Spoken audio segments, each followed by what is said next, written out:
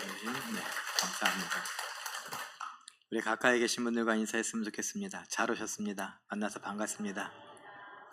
잘 오셨습니다. 미국에서 승주도 왔어요.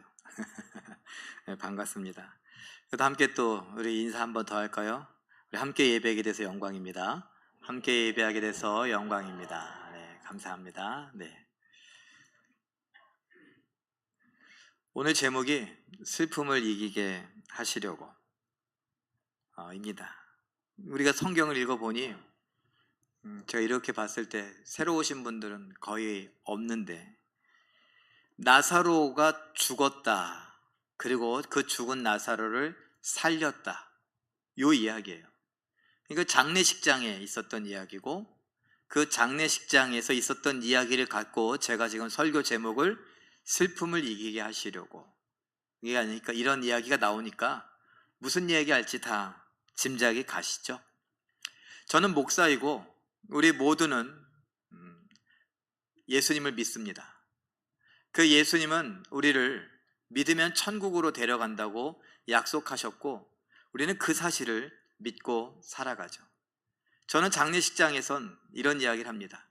예수님이 부활이요 생명이니, 오늘 나오는 이야기하고 똑같이 예수님은 부활이고 생명인데, 그 예수님이 우리를 나중에 다 살려서 천국으로 이끌어 가실 것을 믿으시기를 바란다고 장례식장에서 이야기를 합니다. 그런데 장례식장뿐만 아니라 우리 일상 가운데서도 이런 이야기가 우리에게 힘이 되었으면 하는 바람으로 오늘 이 이야기를 하려고 합니다. 무슨 이야기냐? 여러분, 여러 가지 이유로 슬픔이 있죠. 어린 아이들은 자기 마음대로 안 돼서 속상해서 슬프다고 합니다. 기분이 나빠서 슬프기도 하고요. 연필을 잃어버리거나 또는 지우개를 잃어버리거나 그래서 슬프기도 합니다. 요즘 아이들 같으면은요, 자기가 좋아하는 장난감이 부서지거나 아니면은 못 고치게 된다거나 그럴 때 또 슬프다고 하겠죠. 스마트폰을 잃어버리면 어떨까요? 지갑을 잊어버리면, 여러분의 카드를 잊어버리면 어떨까요?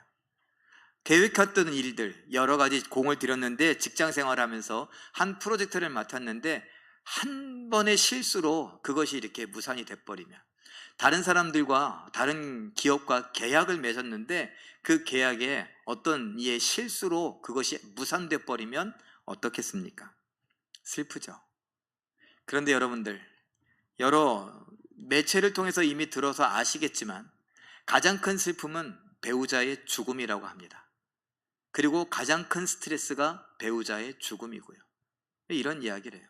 조금 더 나아가면 가장 가까운 사람, 가장 사랑하는 사람의 죽음이 가장 슬프고 가장 스트레스가 된다, 이런 이야기를 많은 연구를 통해서도 이야기를 하고 있습니다. 그리고 오늘 이야기에 나오는 사람들이 사랑하는 오빠의 죽음으로 인해서 정말 큰 스트레스와 가장 큰 슬픔에 직면하여 있고, 그 이야기를 통해 여러분들과 저도 여러 가지 슬픔과 아픔이 있다 하더라도, 특별히 죽음에 대한 슬픔이 있다 하더라도 이길 수 있었으면 좋겠다 하는 이야기예요.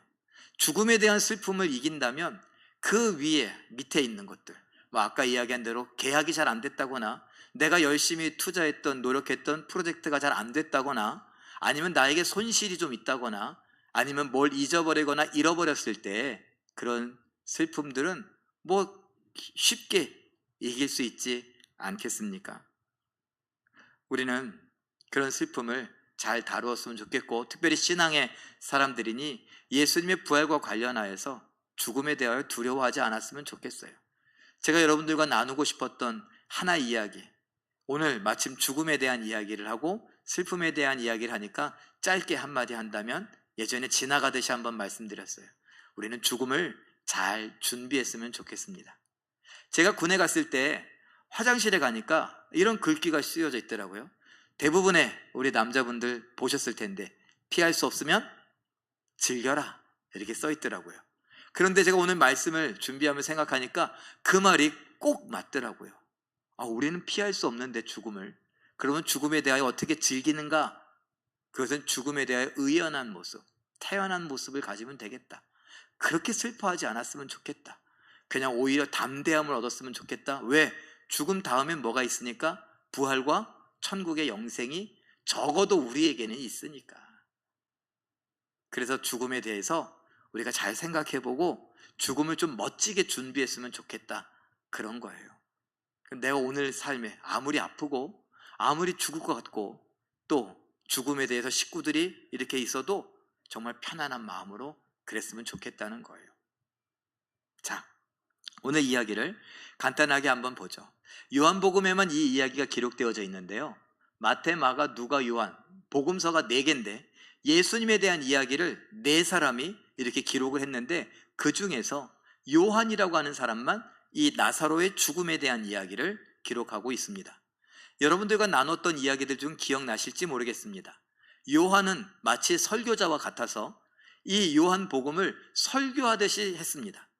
그래서 예수님의 출생부터 해서 예수님의 죽음까지 순서대로 이렇게 기록한 것이 아니라 마치 주제별로 하는 것처럼 이렇게 설교를 편집을 했습니다. 그래서 7개의 기적, 이적에 대한 7을 기록해 놓고 그 7개의 이적, 기적 뒤에 7개의 설교를 기록해 놓았습니다. 그리고 예수님이 나는 무엇이다, 특별히 오늘 본문에 있는 것처럼 나는 부활이요 생명이다 이렇게 말씀하시는 것처럼 나는 무엇이다 라고 하는 것을 7개를 연결지어서 설교문을 기록해 놓았습니다. 그리고 오늘 나사로의 이야기도 죽음에 관한 이야기지만 그 죽음을 살리시면서 나는 부활이요 생명이다 라고 하시는 예수님의 그 말씀을 부각시켜서 설교하듯이 이 복음서를 기록했다라는 것입니다. 그 내용을 한번 살펴볼까요? 그림으로 정리해봤는데 1번은 뭐야? 1번이 아니라 1이라고 하는 숫자는 바로 하룻길을 이야기합니다. 읽어보죠. 시작. 예루살렘에서 하룻길 떨어진 베다니. 예루살렘은 왜 언급했냐? 예수님이 예루살렘에 계세요. 그리고 베다니는 하루 거리다 라고 하는 겁니다. 그 다음에는 3으로 뛰어갑니다. 읽어보죠. 시작. 사랑하시던 3남매 중 나사로가 병들었다. 예, 3이라는 숫자는 3남매예요. 이 3남매를 예수님이 사랑하셨어요. 그리고 이 사랑받는 자들이 특별히 나사로가 병들어서 예수님께 사람을 보냅니다. 2라는 숫자가 나오는데 다음도 읽어보죠. 시작. 2일을 더 머문 후에 베다니로 가신다. 소식을 듣자마자 어떻게 해요? 사랑하면 바로 가야죠. 그런데 이틀을 머무셨다라는 겁니다. 그리고 4라는 숫자가 나오는데 읽어봅니다. 시작. 죽은 지 4일 후에 방문하심.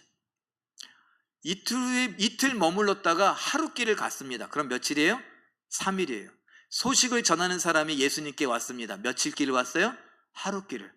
그러니까 따지고 보니까 가서 예수님 좀 모시고 오세요. 우리 오빠가 죽게 생겼어요. 그래서 사람이 출발하고 얼마 안 있다가 이 나사로가 죽었다는 거예요. 그럼 예수님께 도착했을 때 예수님이 사랑하시는 나사로 그가 죽어갑니다. 죽을 병에 걸렸습니다. 오셔서 좀 고쳐달라고 마르다와 마리아가 저를 보냈습니다 라는 말을 들었을 때 이미 어떻게 됐어요? 죽었어요. 장례식 시작됐어요. 예수님은 사람이시면서 동시에 하나님이십니다. 이걸 다 알고 계시죠. 그런데 죽었다는 것뿐만 아신 것이 아니라 이 죽음이 무엇을 의미하는가도 아셨습니다. 그래서 예수님은 이틀을 더 머무셨습니다. 이틀 동안 볼 일을 다 보신 거죠. 뭐 얼마나 급한 일이 있었길래요? 아니요, 그냥 태연하게 이틀을 보내신 겁니다. 급한 일이 있었던 것도 아닙니다. 어떻게 보면 시간을 좀 끄신 것 같아요.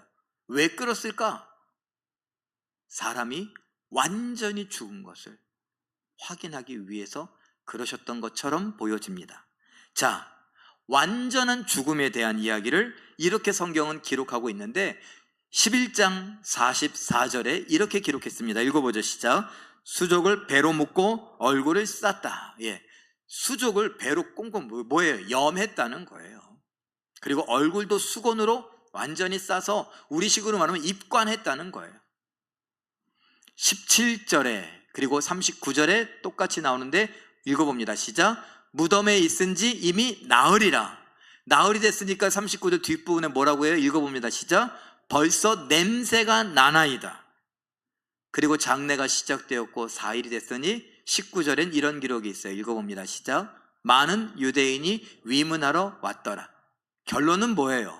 이런 구절들을 따지고 보니까 나사로는 죽었다, 기절했다, 잠들었다, 병들었다, 살았다.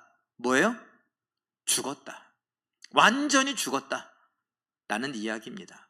예수님이 이틀을 더 머물렀다가 하루길을 가서 사람이 하루길 와서 이야기했던 그런 까지 해서 모두 4일이 걸렸다.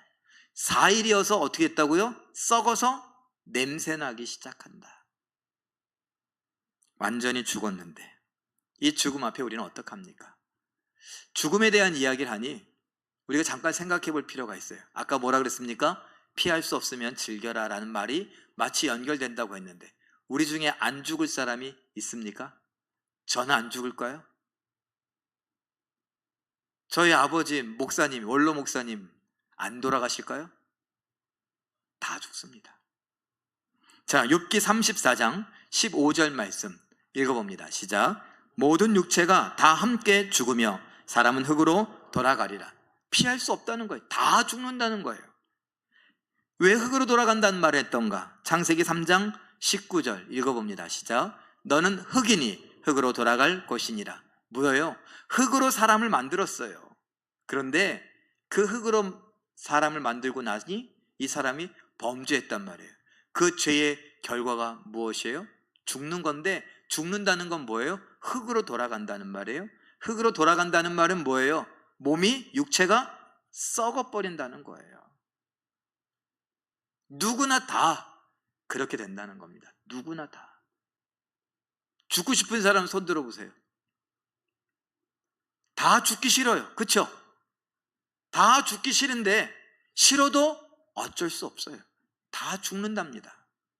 운명 같은 거라고 성경에 이런 말씀이 있어요. 히브리서 9장 27절 말씀 읽어보죠. 시작. 한 번 죽는 것은 사람에게 정해진 것이요 사람들은 모두 한 번은 죽습니다. 그 후에는 심판이 있으리니. 마치 운명처럼 다 죽는데요. 저의 끝도 죽음이에요. 여러분의 끝도 죽음입니다.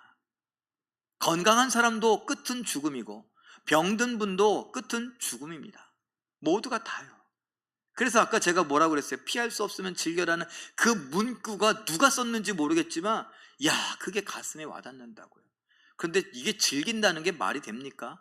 이 죽음에 대한 반응은 어떤 것인지 한번 보죠. 시편 116편 3절 읽어봅니다. 시작. 사망으로 환난과 슬픔이 가득하다. 죽음은 곧 슬픔을 갖고 와요. 어쩔 수 없어요. 한 번 죽는 것이 운명처럼 정해진 것이라면 그 죽음 때문에 슬퍼하는 것도 운명처럼 정해졌어요. 그런데 즐기라고요? 의연하자고요? 그 말은 죽음을 준비하는데 우리는 부활을 믿고 있으니까 좀 우아하고 멋있고 품위 있게 아름답게 그렇게 죽음을 준비해보자. 죽음을 맞이하자. 그것이 끝이 아님을 알기 때문에 그 죽음의 문을 통과하면 부활과 천국의 영생이 있음을 믿기 때문에 그건 우리끼리 할 수 있는 얘기죠. 세상 사람들에게, 믿지 않는 사람들에게 아무리 이런 이야기를 해봐요. 무슨 소용이 있어요? 헛소리 하고 있네 이거죠. 제가 이 부활의 이야기를 하고 죽음을 멋있게 준비하자고 하는데 헛소리 하고 있네. 혹시 이런 생각 드시는 분 있으세요? 우리끼리는 부활을, 예수님이 약속하신 이 부활을 믿기 때문에 이런 이야기가 통하는 거죠. 자, 어찌됐건 사망은 슬픔을 필연적으로, 사람의 감정은 누구나 죽음 앞에서 슬프다, 이 이야기를 하고 있습니다. 그리고 죽음 앞에서 슬픔을 겪고 있는 사람들이 이런 표현을 하고 있습니다. 21절 말씀 읽어보죠. 시작. 주께서 여기 계셨더라면. 또 21절 뒷부분 읽어봅니다. 시작. 내 오빠가 죽지 않았을 겁니다. 22절 읽어봅니다. 시작. 이제라도 무엇이든지. 37절 읽어봅니다. 시작. 죽지 않게 할 수 없었을까? 슬프니까 이런 이야기 하는 거 아니에요. 예수님이 살릴 수 있었어요. 그런데 생각해 보자고요. 아까 뭐라 그랬어요? 사람을 보냈죠. 보냈는데 하루길이라고 했어요. 가는 사이에 어떻게 됐어요? 죽었다고요.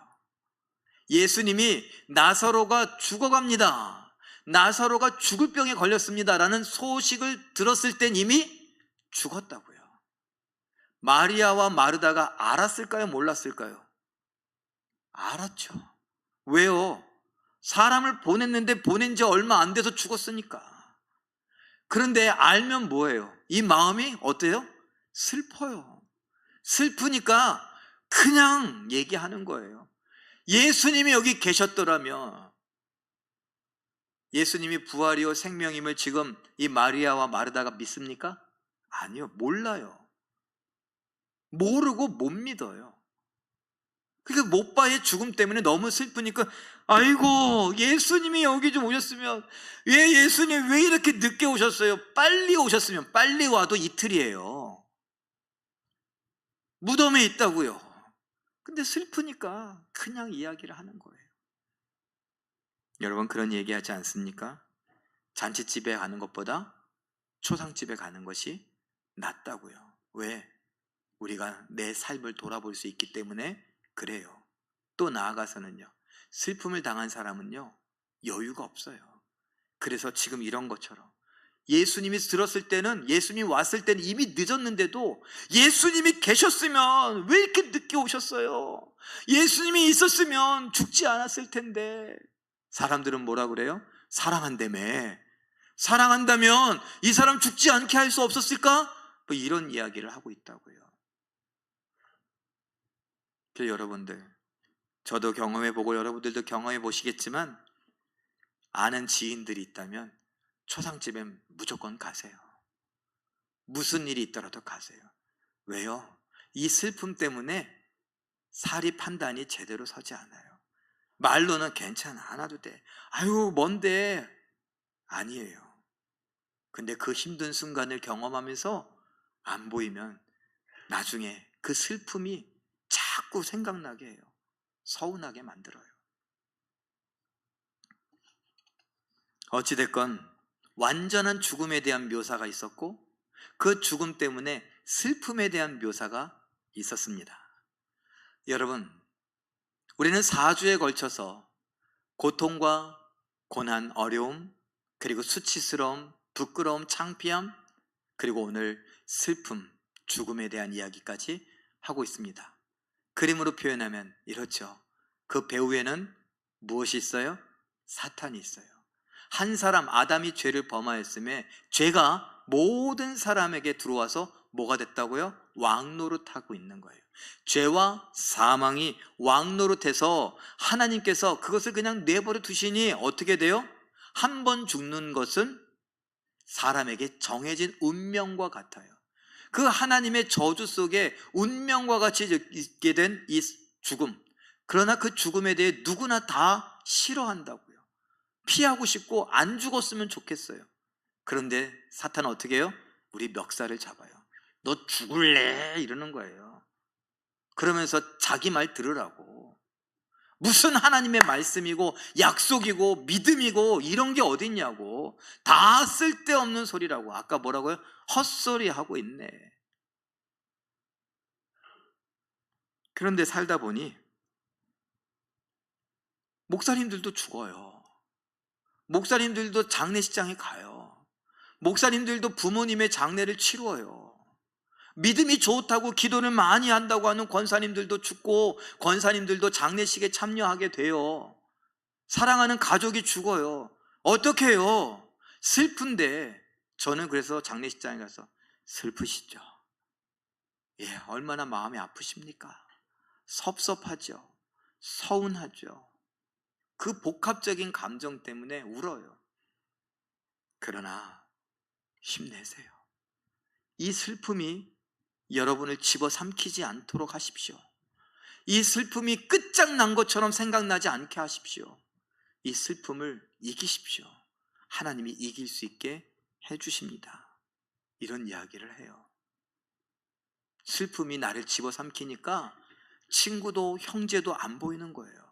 이해한다고 했지만 이해가 안 되는 거예요. 서운함과 섭섭함 때문에 막 절교하자고, 이제 끝내자고 막 이렇게 막 가는 거예요. 용서가 안 되고 화해가 안 되는 거예요. 하나님이 원하시는 게 아니라 누가 원하는 거예요? 사탄이 원하는 거예요. 그런데 이런 배후의 사탄이 마구 이런 것들을 주장하는데, 이 이야기 끝에 요한은 이런 식으로 설교를 합니다. 예수님이 이렇게 말씀하시더래요.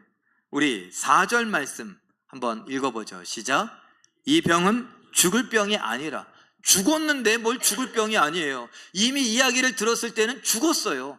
그런데 알고 계시면서도 죽을 병이 아니래요. 끝나는 게 아니라는 거예요. 그 뒷부분을 읽어보죠. 시작. 하나님과 아들의 영광을 위함이라.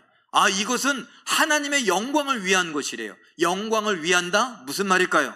하나님의 하나님 되심을 나타낸다라는 거예요. 조금 있다가 더 설명하기로 하고, 11절 읽어봅니다. 시작. 잠든 나사로를 깨우러 가자. 죽었는데 잠들었대요. 그리고 잠든 사람 깨우는 것처럼 죽은 사람을 깨우겠다는 거예요.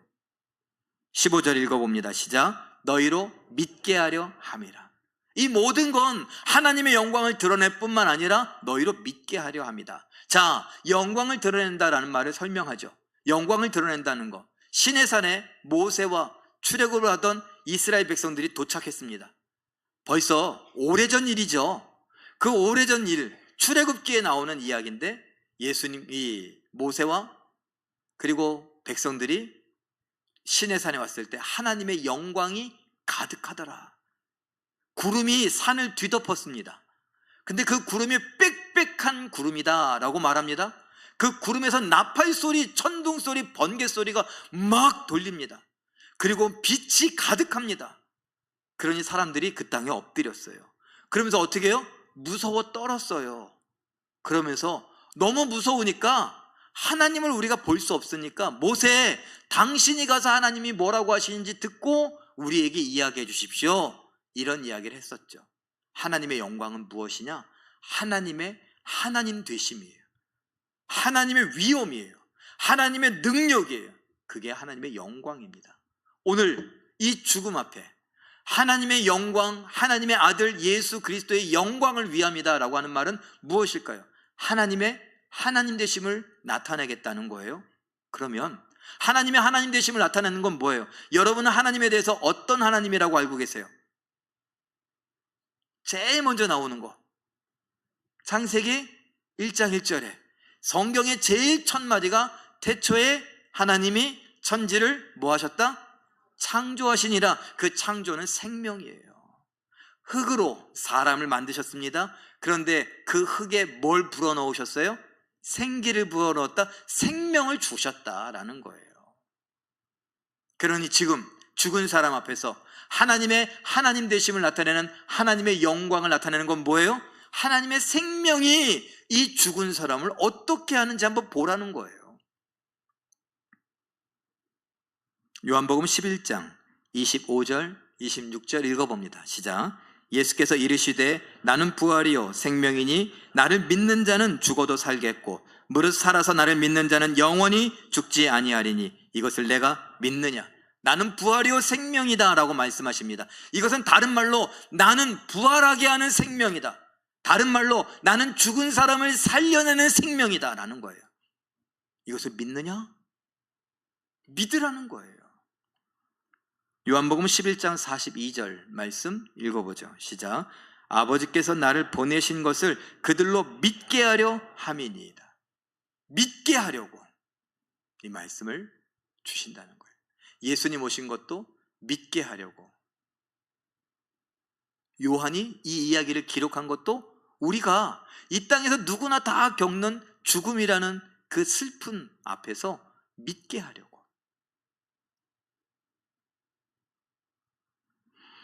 요한복음 11장 40절 말씀도 읽어보죠. 시작. 예수께서 이르시되 내 말이 내가 믿으면 하나님의 영광을 보리라 하지 아니하였느냐 하시니 나는 부활이요 생명이다. 예수님은 의도적으로, 그리고 요한은 의도적으로 예수님이 하신 말씀을 이렇게 기록했어요. 나는 부활이요 생명이다. 나는 생명이다. 이것은요, 구약 성경에 이스라엘 사람들 앞에서 나는 스스로 있는 자다, 나는 여호와 너의 하나님이다. 누가 얘기했어요? 하나님이 하시는 표현법이에요. 하나님의 표현법을 그대로 갖고 왔어요. 누가 하시는 말씀이라고요? 예수님이.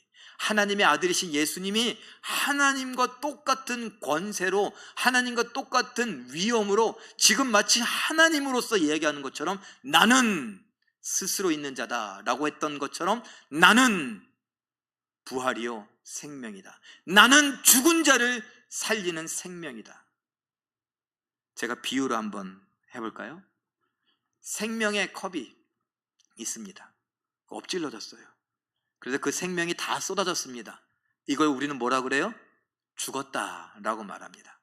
그런데 생명의 강물, 생명의 물이신 예수님께서 훑고 지나가십니다. 그리고 이 잔에 가득 채웁니다. 그러니 뭐가 됐어요? 살았어요.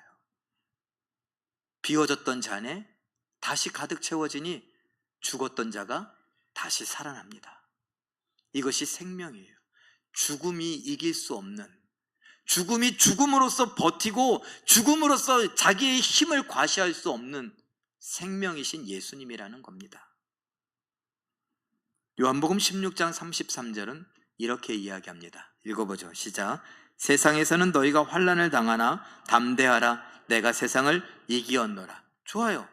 세상에서는 너희가 죽음 때문에 두려워하고 죽음 때문에 슬퍼하고 죽음 때문에 고난을 당하고 환난을 당하고 슬픔을 당하고 창피함, 부끄러움 모든 것을 당하지만 담대하라. 내가 그 세상을 이겼다. 사탄을 이겼다. 죽음을 이겼다. 이 예수님의 말씀을 담았던 사도 요한이 그 똑같은 사람이 쓴 거예요. 요한 1서 4장 4절을 이렇게 기록합니다. 읽어보죠. 시작. 너희는 하나님께 속하였고 또 그들을 이기었나니 이는 너희 안에 계신 이가 세상에 있는 자보다 크심이라. 너희 안에 있는 예수님이, 세상을 이기신 예수님이 이 세상에 있는 그 어떤 권세자보다 크고 강하고 능력 있다.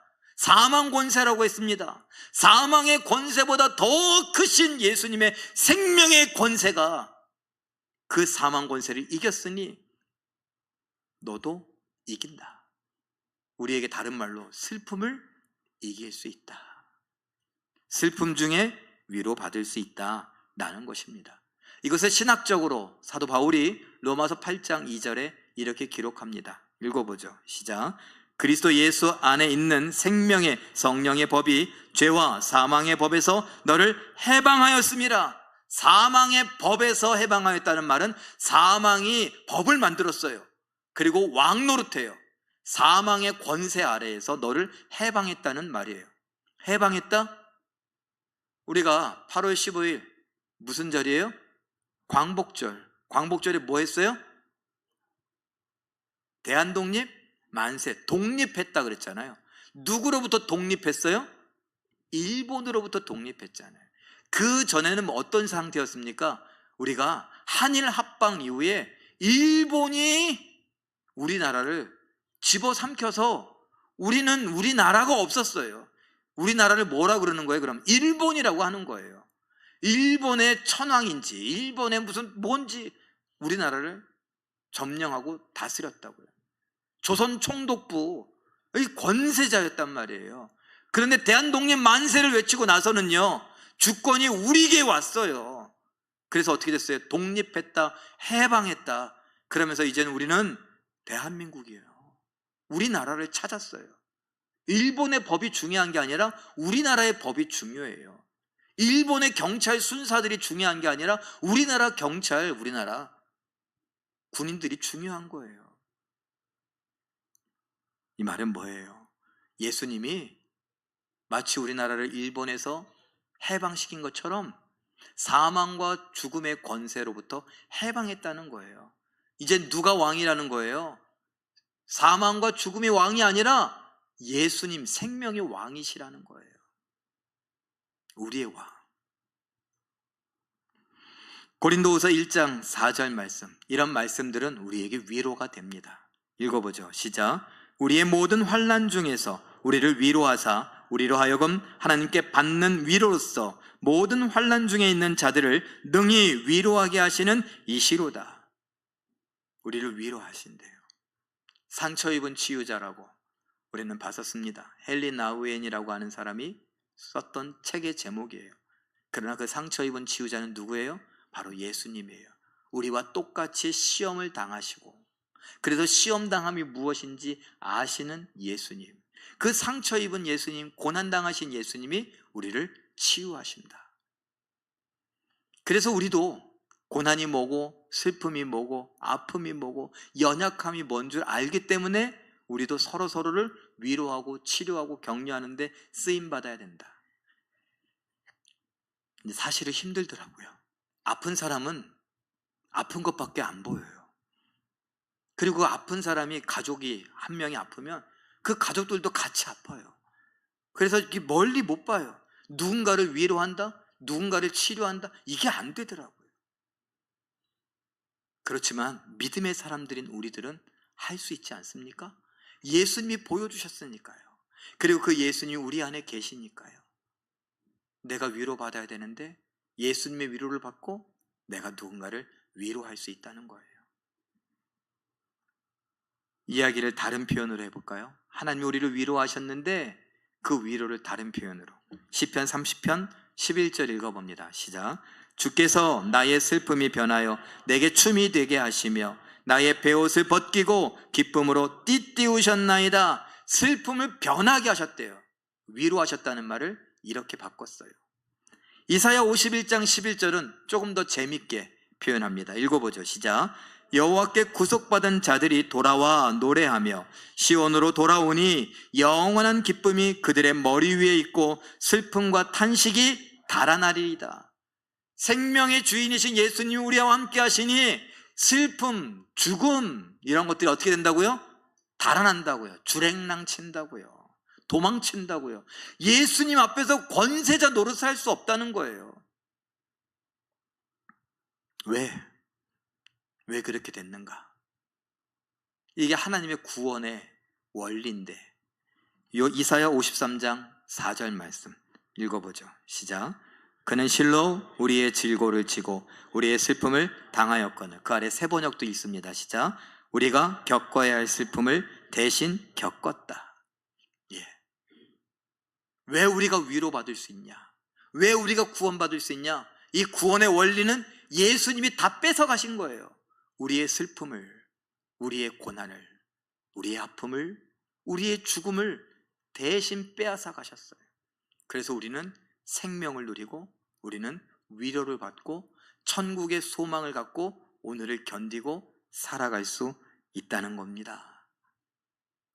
그리고 최후의 심판, 그 심판에 대한 이야기는 뭐라고 기록하는지 요한계시록 21장 4절 말씀 읽어봅니다. 시작. 다시는 사망이 없고 애통하는 것이나 곡하는 것이나 아픈 것이 다시 있지 아니하리니 처음 것들이 다 지나갔음이로라. 아멘. 최후의 심판 때 예수님께서 심판하시는데 우리들을 보시면서 눈에 눈물을 닦아주신대. 많이 힘들었지. 뭐가 그렇게 힘들었을까요? 죽음 때문에, 사망 때문에, 자꾸 멱살 잡고서 너 죽을래? 그러는 것 때문에. 그래, 그 상황 속에서도 믿음을 갖고 위로를 받으면서 견디고 이겨서 다른 사람들 돌보고 위로하고 예수의 생명을 전하고, 그래 고생했다. 그의 눈에 눈물을 닦아주시는 거예요. 그러면 어떨까요? 상상해 보십니까? 안 봐도 비디오예요. 특별히 여자분들 엉엉 울 거야. 엉엉 울 거야. 그냥. 남자들도 다르지 않아요. 엉엉 울 겁니다. 고생했다. 그래서 눈에 눈물 닦아주시니까 그 순간에 그냥 모든 게 다 녹아내릴 것처럼 엉엉 울 거예요. 그 다음엔요, 이젠 끝이에요. 눈물이 없어요. 울 일이 없어요. 사망도 없고 끝이다라고 하는 것이 없어요. 우리에게 주시는 소망입니다. 사랑하는 성도 여러분, 우리는 지금 슬프지 않을 수 있어요. 그러나 언젠간 슬플 겁니다. 우리에게 슬픔은 늘 지긋지긋한 오래된 애증이 섞인 친구처럼 붙어 다니니까요. 그런데 여러분, 이 말씀을 기억했다가 저의 설교를 기억하라는 게 아닙니다. 제가 설교 시간에 인용했던 말씀들을 메모를 해놓던, 아니면 저장을 해놓던, 아니면 유튜브로 어떻게 뭐 하던, 그래서 갖고 있다가 그때 보세요. 그리고 위로를 받으세요. 아, 이 슬픔이 끝이 아니다는 걸. 그리고 이겨내세요. 이길 수 있습니다. 이겨내요. 승리하시고 누군가를 위로하고 격려하고 이렇게 세워 예수 그리스도의 부활과 예수 그리스도의 생명이 우리 거라는 걸, 이길 수 있다는 걸 아주 잔잔하게 또는 강력하게 이야기해 줄 수 있는, 전해 줄 수 있는 우리 모두가 되시길 예수님의 이름으로 축원합니다. 기도하겠습니다. 사랑의 하나님,